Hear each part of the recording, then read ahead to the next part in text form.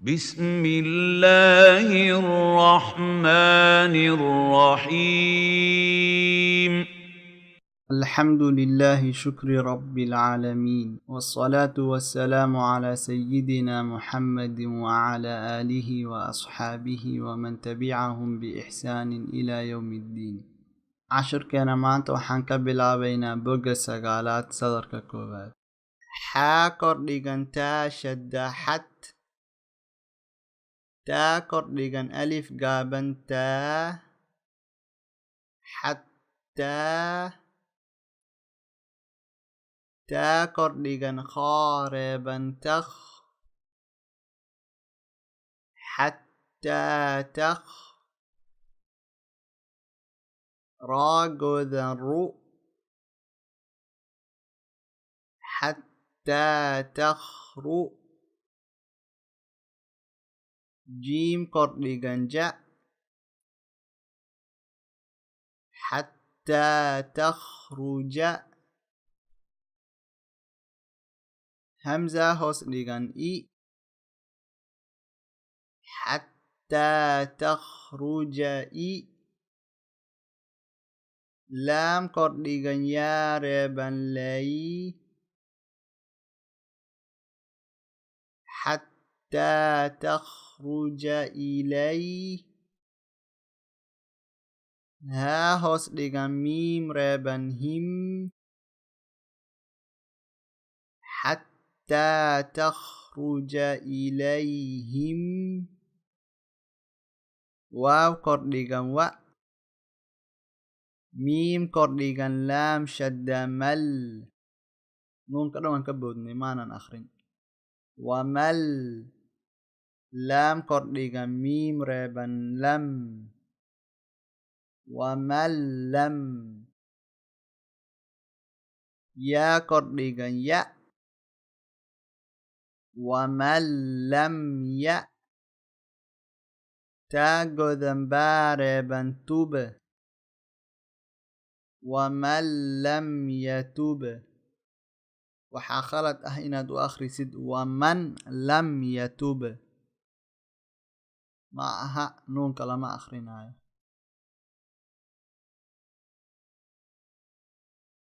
tusaalaha ku xiga waa isla sidii oo kale laamka wax reebniin ah ama shaqal uma yaala meesha saa waxay ka dhigan tahay inaanan la akhrinaynin oo laamka ugu horeeya hoos dhigan toos loogu xiraayo ta'da shidan laam hoos dhigan taa shadalit taa kordhigan qaaf reeban taqo littaqo waaw kordhigan alif gaaban waa littaqwaa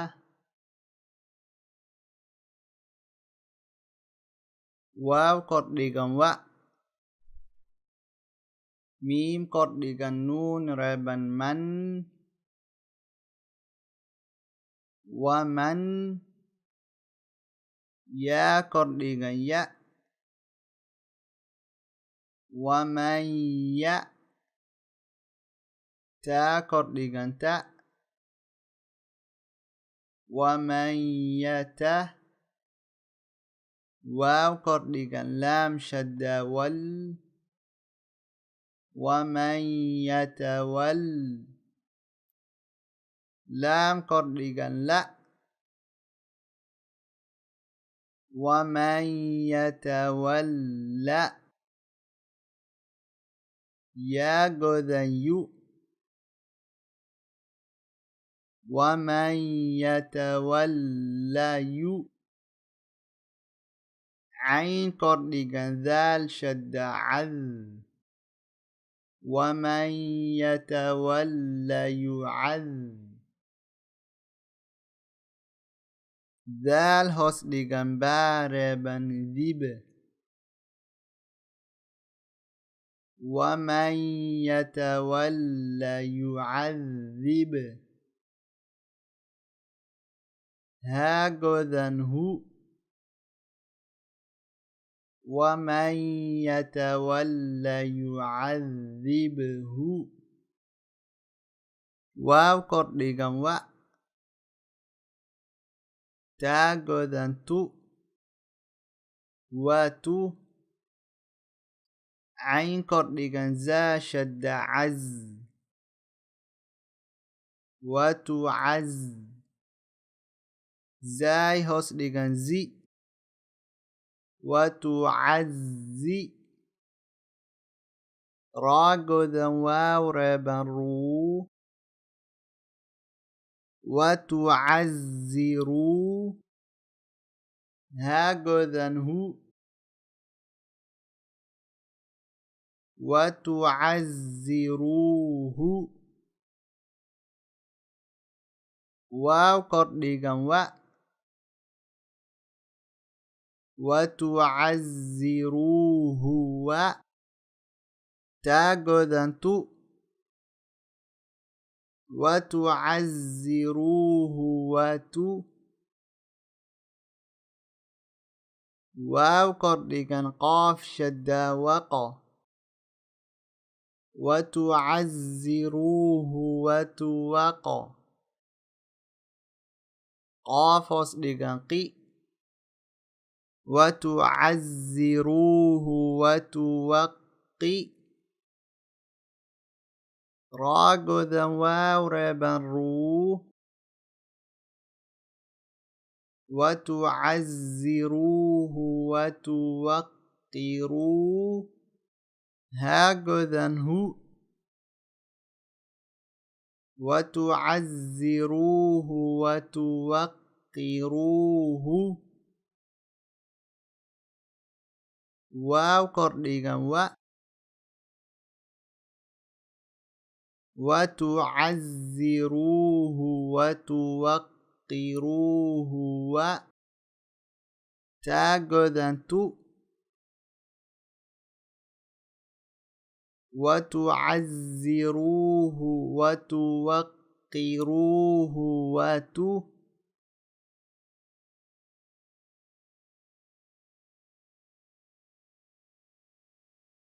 siin kordhigan baa shadda saba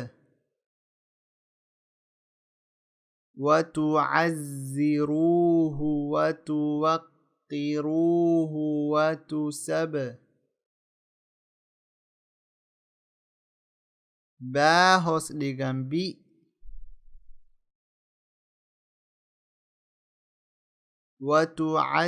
watucazziruuhu watuwaqiruuhu watusabbi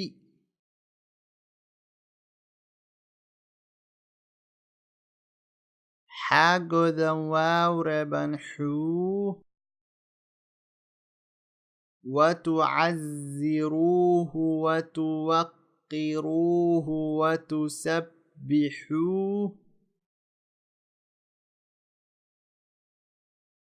haa godan hu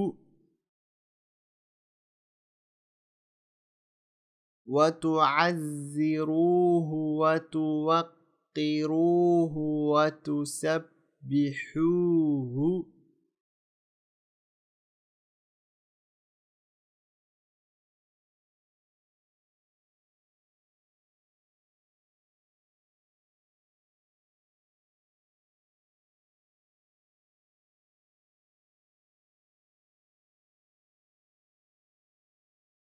haye tusaalaha ku xiga haddana isku day ina akhrisid kaligaa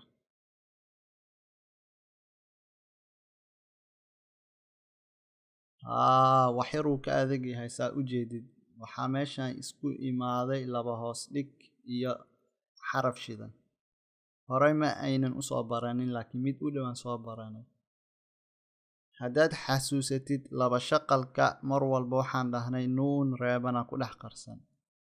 kelmadda ugu horeysa kaligeed haddaan akhrino waxay noqonay humazaatin kan ka dambeeyana wuxuu ka bilaabanaa laam reeban laakiin wixii ka dambeeyay kan waxay noqonay lumazaatin marka waxaa meeshaas ku dhex qarsan laba xaraf oo reeban mid laba shaqalka la socda oo ah nuunka reeban midna waa midka shidka laamkan shidan la socda laam reeban meesha ku qarsan yaasina marka labadii reebniina hadda isla yimid qaacidadii inoo degsaneed ama sharciga wuxuu ahaa in kii soo hormaro aanan la akhrinin hadda waxaa soo hormaray nuunkii reebnaa oo la socday laba shaqalka oo ku dhex qarsan ta'dan labada hoos dhiga leh. marka nuunkaas ma akhrinayno, waxaan ta'da ku xiraynaa toos laamka godan.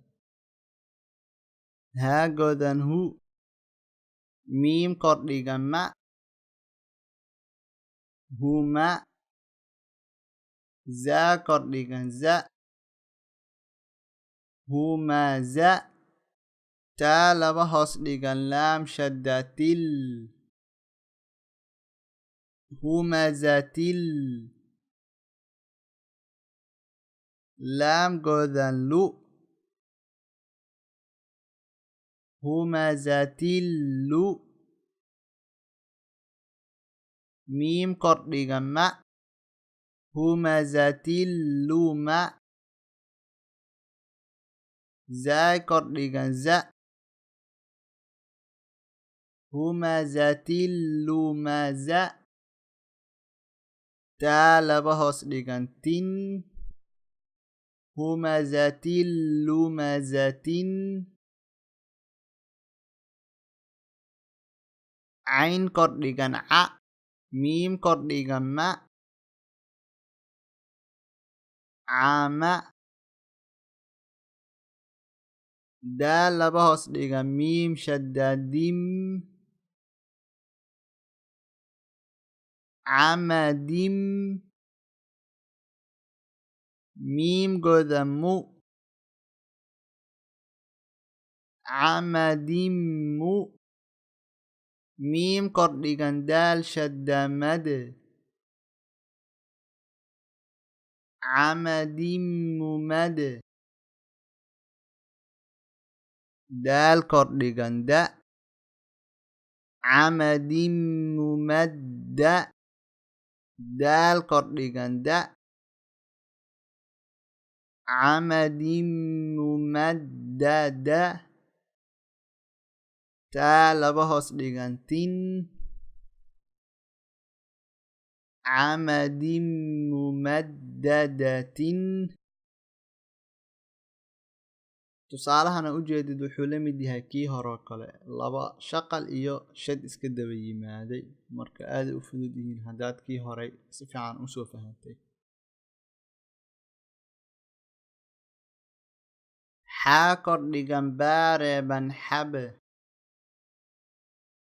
laam laba godan miim shaddaalum, xablum, miim hoos dhigan miim shaddamim, xablum mim, miim kordhigan ma, xablum mimma, siin kordhigan sa, xablum mimmasa, daal laba hoos dhigan din, xablum mimmasadin. tusaalahan waxaa iskugu yimaaday laba shaqalkii iyo xarafkii ka dambeeyo shidan iyo nuunkii reebnaa oo xarafka ka dambeeyana shidan yahay. marka labadii qaacida aan soo baranayba waa sidii aad ugula dhaqmay. tusaalaha ku xiga si fiican haddaan u fiirino, marka waxaa meeshan noo yimid wax aanan hore usoo baranin. waxaan u jeednaa in miimka ugu horeeya nuunka ku xiga korkiisa miim yar saaran yahay. miimkaas wuxuu ku saabsan yahay qur-aanka markii la akhrinayo oo wax tajwiidka ku saabsano iqlaab magaciisa la dhaho waayo. iqlaab haddaan wax yar ka taabana hadda intan ugu saabsan waxay noqonay in nuunkan hadda reebniin uu leeyahay kadibna ay imaaday ba. iqlaab sharcigiisa waxa waaye in nuunka loo bedelo miim. saan u akhrin doonna hadda si fiican ula soco. miim hoos dhigan nuun reeban min, waa sidiisa caadiga ahay nuun reeban caadi aad u akhrine, laakiin meenan qorin shaqalka oo miimkan ku bedelne. baa kordhigan cayn reeban bac, hadda waay marka aan u bedelayna nuunkaas reeban miim. miim bac, waxaa khalad ah inaad dhahdid min bac, waxaad dhahee miim bac. daal hoos dhigan di, min bacdi, miim kordhigan alif reeban maa min bacdi maa taa kordhigan ta min bacdi maa ta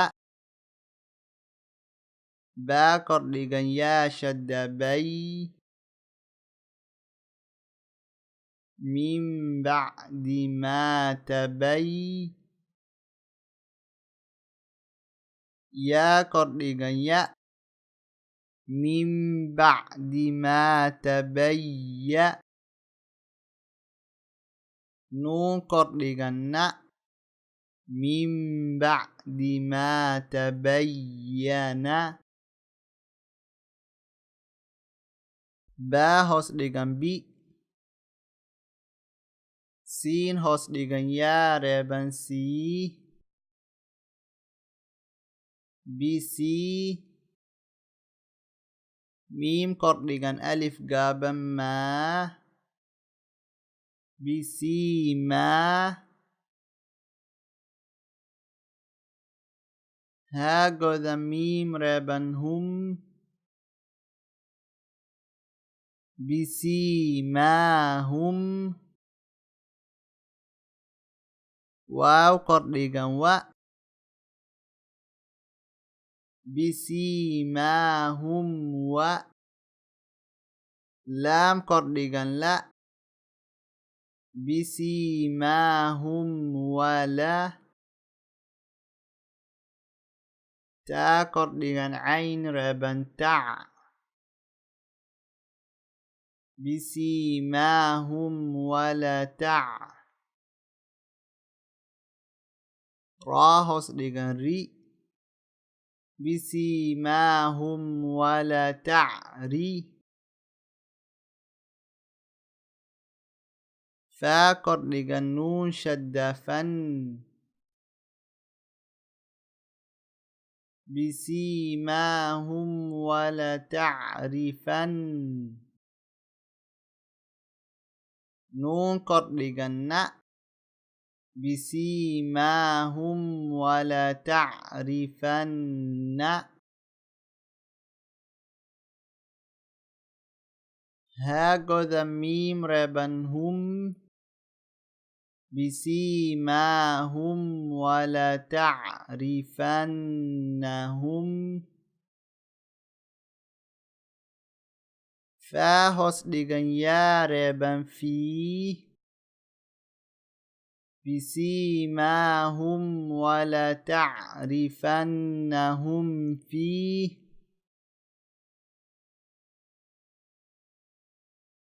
laam kordhigan xaa reeban lax bisiimaahum wala tacrifannahum fii lax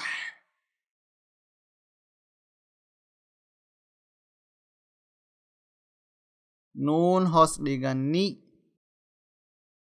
bisiimaahum wala tacrifannahum fii laxni cajiib meeshan hore waxaan arki jirnay in ya reeban hadday tahay ay dhibco lahaato laakiin hadda fii laxni fii meeshaas ah ya-da dhibic ma laha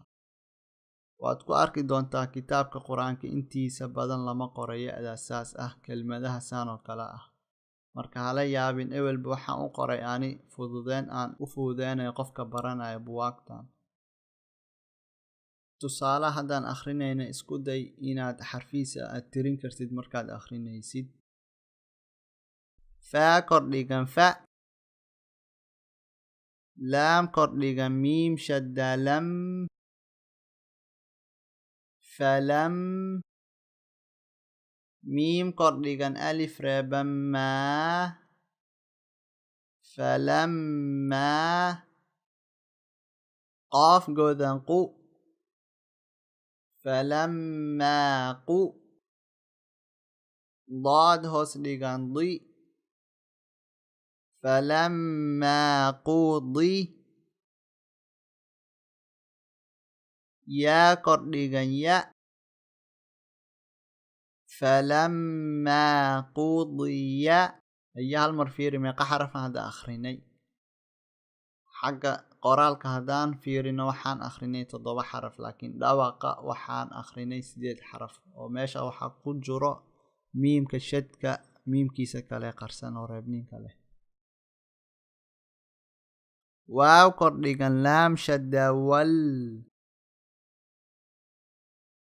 falamaa qudiya wal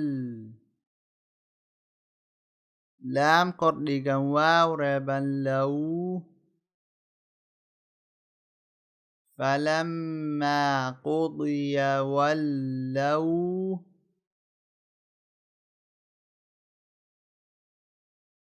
hamza hoos dhigan i falamaa qudiya wallow i laam kordhigan alif gaaban laa falamaa qudiya wallow ilaa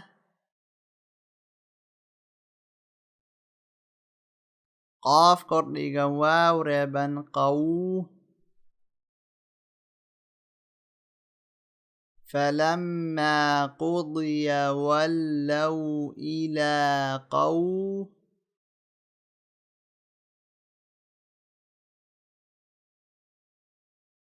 miim hoos dhigan mi falamaa qudiya wallow ilaa qawmi haa hoos dhigan miim shadda him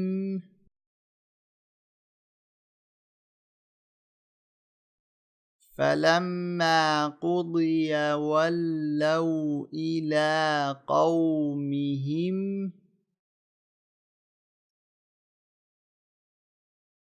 miim godan nuun reeban mun falamaa qudiya wallow ilaa qawmihim mun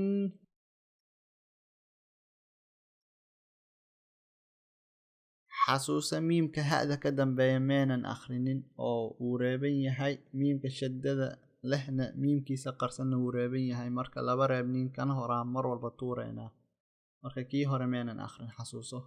marka miimka akhrinayna waa miimka shaddada miimkiisa reeban daal hoos dhigan di falamaa qudiya wallow ilaa qawmihim mundi raa hoos dhigan yaa reeban rii falamaa qudiya wallow ilaa qawmihim mundirii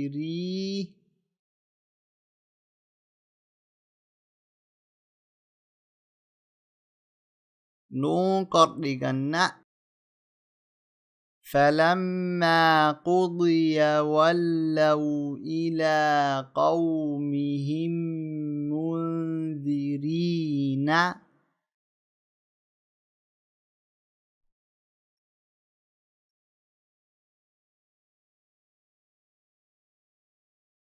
tusaalaha ku xiga inoogu dambeeya isku day ina akhrisid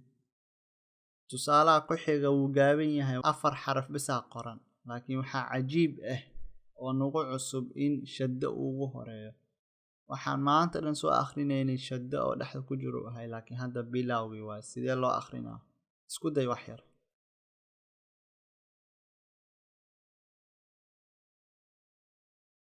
haye aan marka akhrino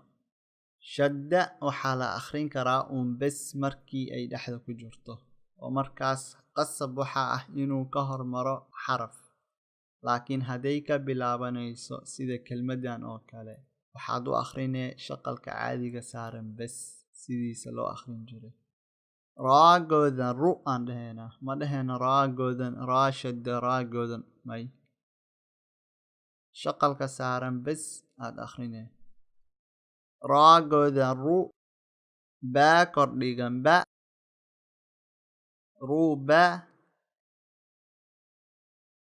miim kordhigan alif reeban maa rubama. cashirkeena maanta intaas ayuu noogu eg yahay. wassalaamu calaykum waraxmatullaahi wabarakaatuh.